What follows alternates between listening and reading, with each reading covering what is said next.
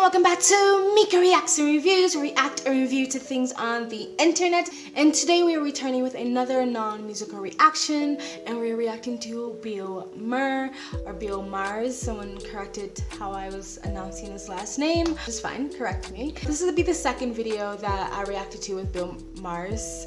The first one is with Dr. Jordan Peterson, and this is going to be the second one, and I guess it's just one of his little monologue things. And the title of it is New Rule, Progressophobia, Real Time with Bill Maher, HBO, and it was released one day ago and it has 657,000 views and 23,000 likes. So I'm gonna get right into it, but before we do, if you like these type of videos, please like, comment, and subscribe. Hit that bell to get the notifications when I do upload. All of that really does help with the algorithm, guys. And if you'd like to support this channel even further, you can donate. My PayPal me link in the description box below and also in the comment section.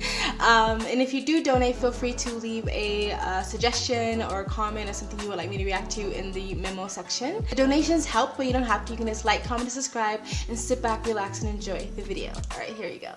It's like situational blindness, only what you can't see is that your dorm in 2021 is better than the South before the Civil War.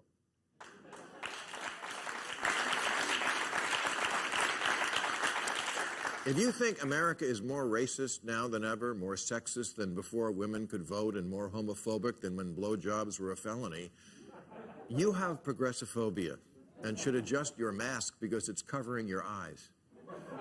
Blowjobs used to be a felony? Really? How? How would they even know? Like, was it blowjobs between two men or blowjobs in general? I know, like, some places sodomy is a felon and it's supposed to stop like homosexual sex, but even though like heterosexuals also have anal sex, but like how would they know? Would they just assume? But anyway, I see what he's saying. Let's continue. You know, before 2012, every time gay marriage was put before a state's voters, it lost 35 times in a row. Now it's the law of the land in every state. Even half of Republicans are for it. The other half are for closeted gay sex. Yeah, most people don't care at this point. We've evolved, we progressed, and unlike a lot of what a lot of left like to believe is that the Democrats are the one who ushered in same-sex marriage, they didn't. It was the people, it was the activists on the ground, it was the people who are part of the LGBTQ, it was the people who fought for years, and it was the public who just kind of evolved together to say, we don't care who you love and what you do in the privacy of your own home or just in the privacy between you and another person. Then Democrats decided to be okay with it and vote for it. Obama was not he was not pro-gay marriage in his first term. He was pro-gay marriage his second term because it was safe to do so then. So a lot of people give them a lot of credit, but it wasn't them. It was society itself. It was the people who fought for it on the ground. It was everyday people. It wasn't them. They did it once it was safe to do so. But again, I understand where he's going, but I'm going to let him finish his point. Let's continue. The chant from gay protesters used to be, we're here, we're queer, get used to it. Well, we did. This is Pride Month, and it's not even a big deal anymore. 30 days of parades and festivals celebrating a cause that was once so divisive Ellen had to pretend to be straight. Yeah, even now when celebrities come out and it's like, oh, I'm gay or whatever, and it's like, are we still doing that? Like, I thought it was totally cool. Like, who cares? Why is it like a big thing? Because at this point, it's just not a big thing unless you live in some tiny Bible-thumping town. Most people don't care. And now you have to just come out and do your pronouns because no one cares about if you're gay or not. That's like the new coming out. My pronouns are they, them. And still, that's like an eye roll. Like, okay, thanks for letting me know your identity, but that's really your personal business, not ours. All right, let's continue. State houses fly pride flags now. Disney celebrates it. By federal law, every single TV show must include a storyline about lesbians having a baby. If someone announces they're gay on TV, it's met with thunderous applause. My accountant says, Yas Queen.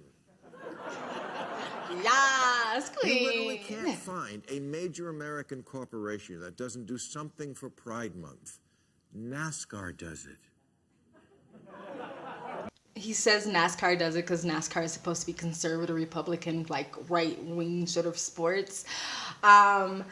I personally don't think the brands do it because they care. I think the brands personally do it because we as a society progressed and they need to keep up or they're going to lose revenue, right? The culture is what pushes the brands, not because they care personally, because the culture is changing, because most people are good people, and most people, when they come in contact with other people outside of their identity bubbles and see that they're just another human being, it's harder for most people to just continue to discriminate and be biased, because it's like, oh, you're just like another person, you happen to be gay, or you happen to be black, or you happen to be Muslim. It's just like, most people, when you just integrate naturally, racism, bias, and prejudice naturally weaves itself out of culture or out of society.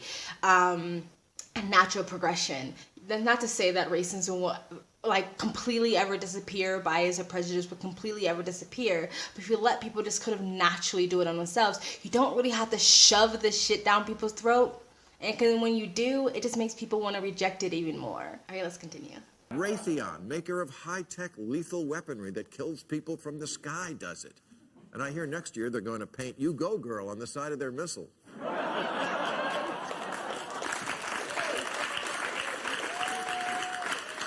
And it's not just LGBT issues. Not that long ago, I knew people who went to prison for growing pot. And today you can legally smoke it for fun in 43% of the country, and I will.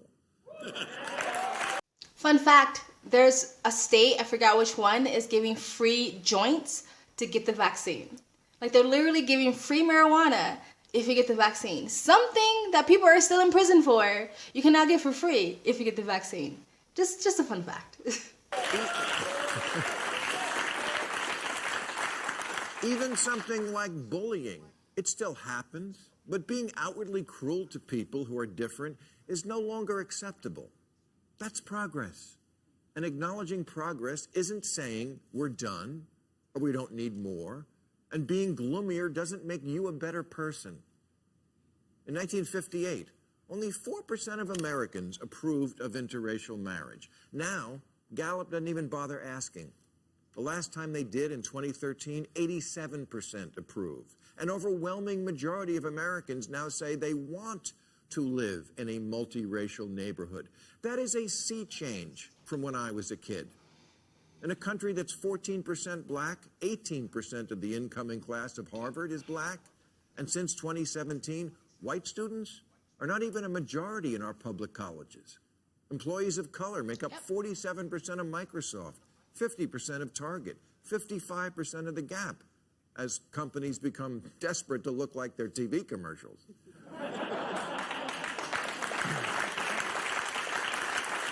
And I spoke about this in other videos about men dropping out of school a lot quicker, women getting degrees a lot faster, people of color being equally represented in different positions and different institutions and blah, blah, blah.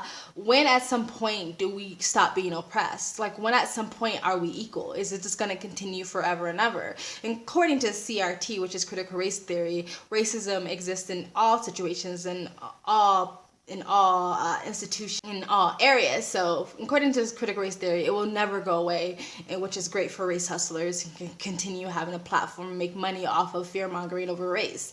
But at some point, when do we say, like, wow, look, tons of black women are now getting degrees and being represented in the workplace. Tons of women are now getting degrees and being represented in the workplace. We have equal rights for everybody.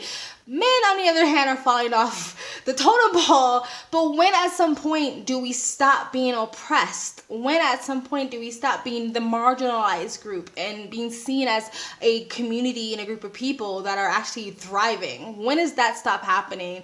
or if ever, according to things like critical race theory, gender studies, and race hustlers alike. Like, when do we actually start going, wow, look at all the progress, we've gone so far, we can kind of stop with this idea that black people are eternally oppressed and white people, white men, are eternally oppressors? When do we kind of look at the progress we do and kind of applaud it and move on from there, instead of pretending that there has been no progress, and like Bill Maher said, that we're as racist, as misogynist, and as homophobic as we were in the 1930s, 50s, and 60s? Like, when do we finally go, we can come up for air now and breathe and be like, we've done it? You know what I mean? Doesn't mean we stop, but it also means you don't have to keep shoving this shit down people's throats, because again, most people are good people, and a lot of race hustlers actually play on that. They play on the fact that they know people are good people and people don't want to be racist or homophobic, so most people will fall into the peer pressure of walking on eggshells and becoming politically correct just so they don't seem so. But anyway, that's another story. Let's continue. The Friends reunion we just had looked weird, because if you even suggested a show today about 6 people, all of whom were straight and white, the network would laugh you out of the room and then cancel you on Twitter.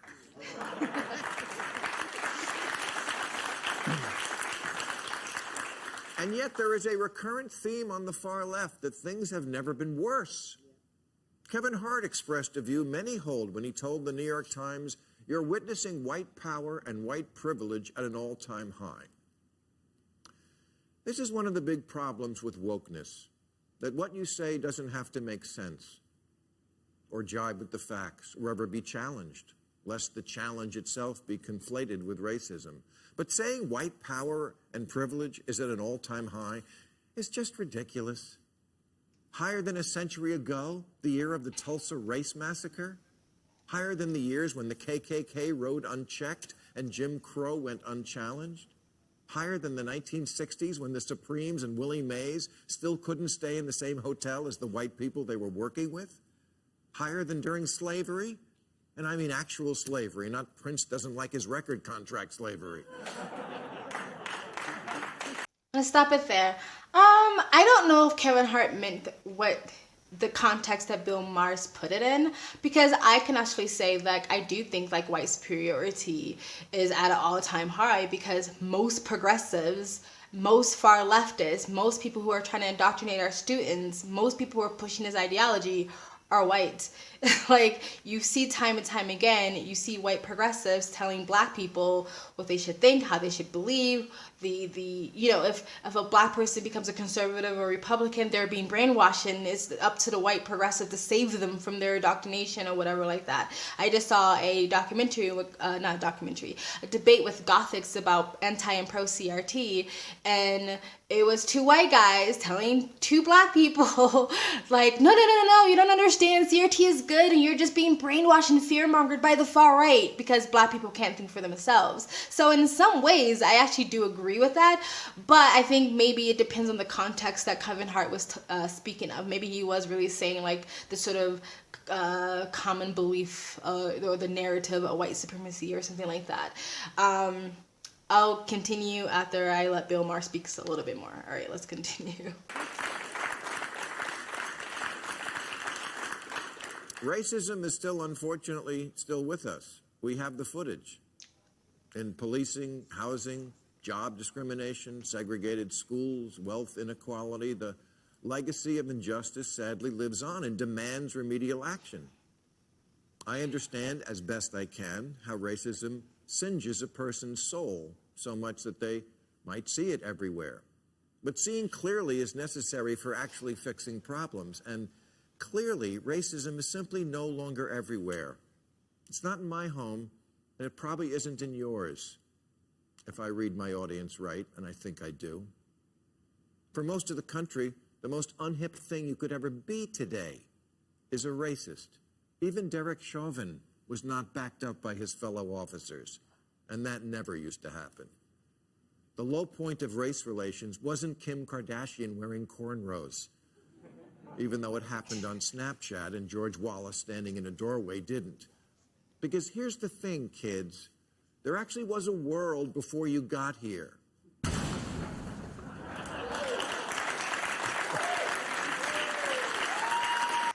Mind blown. I mean, even though I think that's just how every generation thinks they're smarter and more woke, more evolved than the last generation. The last generation is always the more racist, more misogynist, more homophobic generation. Kids always believe that somehow they can't learn anything from their elders or the people that came before them, and that they're more smarter than they are. I think that's just every generation. Every generation is like that, right? It is a little bit annoying when, you have Gen Z kind of like, going back on all our childhood things and dismantling them and trying to get rid of them or whatever. I do want to go back on a little bit what you said about the whole like wealth inequality and segregated schools and neighborhoods and stuff like that, and how like, racism can turn your soul where you see it everywhere. That whole racism tinges your soul so you see it everywhere is taught. That is not something that people live through. That is rarely the case. Maybe there's someone out there that can say, I lived in a certain area where racism was so much everywhere that it just dismantled who I was as a person. But for the most part, it's taught. It is taught in your community, and it's taught in schools, it's taught in universities, it is taught in media that racism is everywhere. Kids don't grow up seeing that and knowing that, because even if a child countered it, they wouldn't even recognize what it was, because they're just kids and they're innocent. It is something that is taught to you. As a black person, I am telling you that come from a pro-black family, that racism was taught to me very, very early on. Very early on in my childhood, I was taught that I was an other. I was taught that it was us against them. I was taught that all white people were racist. I was taught that white people were evil, like demonic, that's how bad they were. This is something that was taught to me at a very, very, very young age, and it was supported to me through school, through media, through entertainment, through celebrities. That idea that racism is everywhere is taught to people, and that is what CRT is, critical race theory. That is taught. So yes, if you teach someone to see the world through that lens, that everyone is your oppressor, then they're going to see it everywhere. So stop fucking doing that. The idea that schools are segregated is a problem, but anytime anybody puts school choice on the board, on the bill, or try to push it as something to be voted for, guess who shuts it down? Democrats. Guess who shuts it down?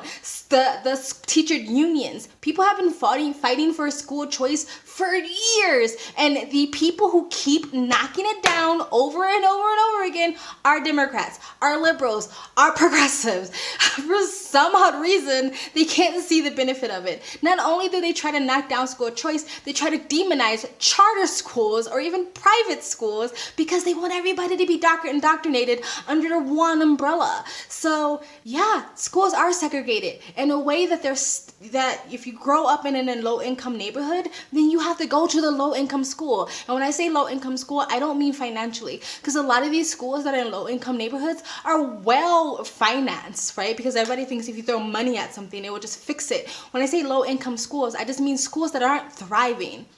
Teachers that are overworked, tired, and just jaded, right? Because maybe their classrooms are too full and they're not being treated right, or the kids aren't behaved because they don't have a father, or their mother's stressed out, or the environment that they're raised in. So yeah. Stop fighting against school choice, and we can fix that. When it comes to wealth inequality, I can admit that maybe slavery and segregation and racism back in the day have kept people of color from building generational wealth back then. But now there's nothing stopping you, and I think the reason why there's a lot of wealth inequality now, besides maybe just poverty, is single parent homes, but I also think it's just financial illiteracy. Financial illiteracy. Again, from a very young age, I learned about racism, I learned about slavery, I learned about my Black history, but nobody taught me how to balance a checkbook. Nobody taught me about investing. I knew nothing about dividends. I knew nothing about investing in real estate. I had no financial literacy. Just the other day, some guy won a $30,000 lottery ticket and spent $20,000 of his $30,000 on a chain. On a fucking chain on a piece of jewelry. And the irony is that he got robbed for that chain. But the thing is, you can do whatever you want with your money, but there's a part of me that feels like the reason why he did that because he was financially illiterate and he didn't understand what else he can do with the money. To him, having a gold chain was the end all to be all. But whatever, you can do with whatever with your money. But the idea that financial inequality and segregated schools and racism, the idea that you see racism, everything is just sort of ingrained in our society because there's so much of it, is a lie. There's a lot of other root causes to these things, like less usher in school choice. There's a lot of other causes and root causes of these things that a lot of liberals and progressives just ignore. And they just throw a blanket, is racism, and it's just inequality, and that's the only issue. That's the only problem. Again, the anti and pro critical race theory debate that I watched with Gothics, they were talking about how a black girl was failing in math, and therefore the reason could have been or must have been is because she's not only female, it's because she's black. Maybe she doesn't have anyone at home. Maybe her life environment is really bad. Maybe she's dyslexic. There's other reasons that can be the cause of why she's failing in school besides the fact that she's a girl and that she's black. If you do not take enough time to get to the root causes of these problems, you're not fixing the problem. You're just putting a little band-aid over it and then giving yourself a pat on the back of being anti-racist. I can go on this forever. We're going to continue. Sorry, this video is going to be longer than I thought. Hope you're still there.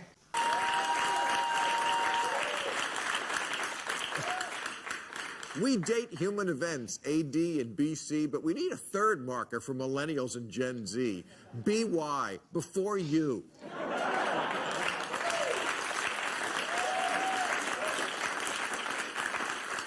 It's telling that in a recent Harvard youth poll of Americans between 18 and 29, 72% of blacks said they were hopeful about the future of America, as compared to only 46% of whites. I'm not surprised. There are a hell of a lot of Americans trying really hard these days to embrace a new spirit of inclusion and self-reflection, and this progressive allergy to acknowledging societal advances is self-defeating, because progress and hope that we can achieve it is the product we're selling. And having a warped view of reality leads to policies that are warped. Black-only dorms and graduation ceremonies, a growing belief in whiteness as a malady and white people as irredeemable, giving up on a colorblind society. Only if you believe we've made no progress does any of that make sense.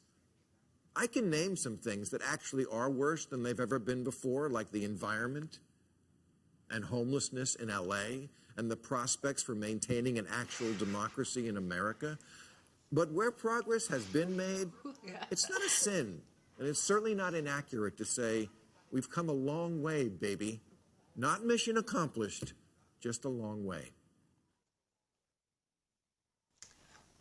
Bravo, Bill Maher. All right then, guys. That was Progressophobia by Bill Maher. Real time. I don't agree with him all the time. I don't agree with him half the time. But when he does something good, you gotta praise it. So what he said about the reason, going back to the whole like black people were more hopeful about the future than white people in today's day and age, is why I talked about earlier, where I feel like most people that are on the far left, progressive liberals, are white people. They're not majority. The people, the communities they say they're speaking out for, most of them are just self-congratulating white people. That's usually what it is. So yeah, and the whole like I feel less hopeful about the future is probably them virtue signaling, because the whole thing is like, if you're not outraged, you're not paying attention. It's supposed to be a self-righteous moral superiority kind of thing. Like, I'm mad because I pay attention, therefore I'm a good person. Ugh. Going back to critical race theory, because this is kind of like, I just recently watched this debate and this video is kind of bringing up those ideas for me. teaching people to hyper-focus on gender, sex, religion, race, sexuality, any of those things is hindering that person's life experiences as they move forward, right? Because, again, if you look at the world through a certain lens and you see everyone as an oppressor and every situation as oppressing, how are you going to truly ever have a genuine connection with the people around you and the situations that you're in? Because I can't have a genuine connection with someone that I think is oppressing me, whether it's conscious or subconscious, right? And so, like, I travel as a lifestyle. I have amazing experiences. And what makes those experiences amazing are the connections I make with the people around me. I will not be able to do that if I looked at everyone around me as a problem. It's hindering people's ability to have genuine connections and relationships as they grow older, as they get older. And it's going to create divide, because if you see everyone as your oppressor, then you're just going to cower back into your communities, because that's only the people you feel safe around. All right, so I'm almost done. My camera shut off, but I'm almost done with what I have to say. A couple of years ago, I posted on my travel channel that I spoke to my great-grandma, who's knocking on 100 years old. So she has seen the world, she has seen history, she's lived through it, and she's seen the progress. And if you asked her if there being any progress, she'll probably look at you stupid, because of course there has been progress. There has been tremendous progress from the time my grandma was younger, almost 100 years ago, until now. But we were having a conversation, and she's literally, like, her mind is just blown by the fact that, like, she's like, I can't believe that you just made a decision, you got on a plane, you just went to another country, and now you're living there. For her, that was unheard of when she was my age. Not just because of inequalities, because she's black, but opportunities because she is a woman. She was like, in my day, you had no other choice. There was marriage and having babies. That was all you had. That was all there was. And if the idea of thinking of something else was like crazy back then. And she's just like so happy that her great grandkid can have these opportunities off the sweat and the back of people who fought for the progress we have today. And again, to deny that progress is a slap in the face for the people who fought for it. So I said on my travel channel that I, as a black woman, it's no better time to live today than now. And I think this was probably in 2018 I made this video. And I had comments saying like, but I don't understand. Can you explain? How can it be better? How can you possibly say that? And I'm like, I'm traveling the fucking world. As a black woman, I work for myself. I'm my own boss. I'm an entrepreneur. Like, what are you talking about? But it's just, again, and I think this is just every generation, but it's just the arrogance and the entitlement of young people to think that they just know better. And there has been no real change until they came along to save us. Right? Anyway, that's it, guys. This video was a lot longer than it had to be, or probably should have been. But anyway, I needed to say it. I got it off my shoulders, off my back. I hope you enjoyed it. Anyway, like, comment, and subscribe. Please comment anything you would like to comment, whether it was on what Bill Maher said or what I said. Comment in the comment section below. Like, comment, and subscribe. Hit that bell to get the notifications when I do upload. All of that really does help with the algorithm, guys. And if you would like to support this channel even further, you can donate. My PayPal me link is in the description box below and also in the comment section. It really does help, guys, but you don't have to. You can just like, comment, and subscribe. I also have a travel vlog channel. As you know, I travel as a lifestyle. So if you'd like to know where I am in the world, you can go in the description box below and also in the comment section. Hit the link, go subscribe to my travel vlog channel, and or follow me on Instagram. My stories is usually what's most up to date. And you guys have an amazing day. Bye!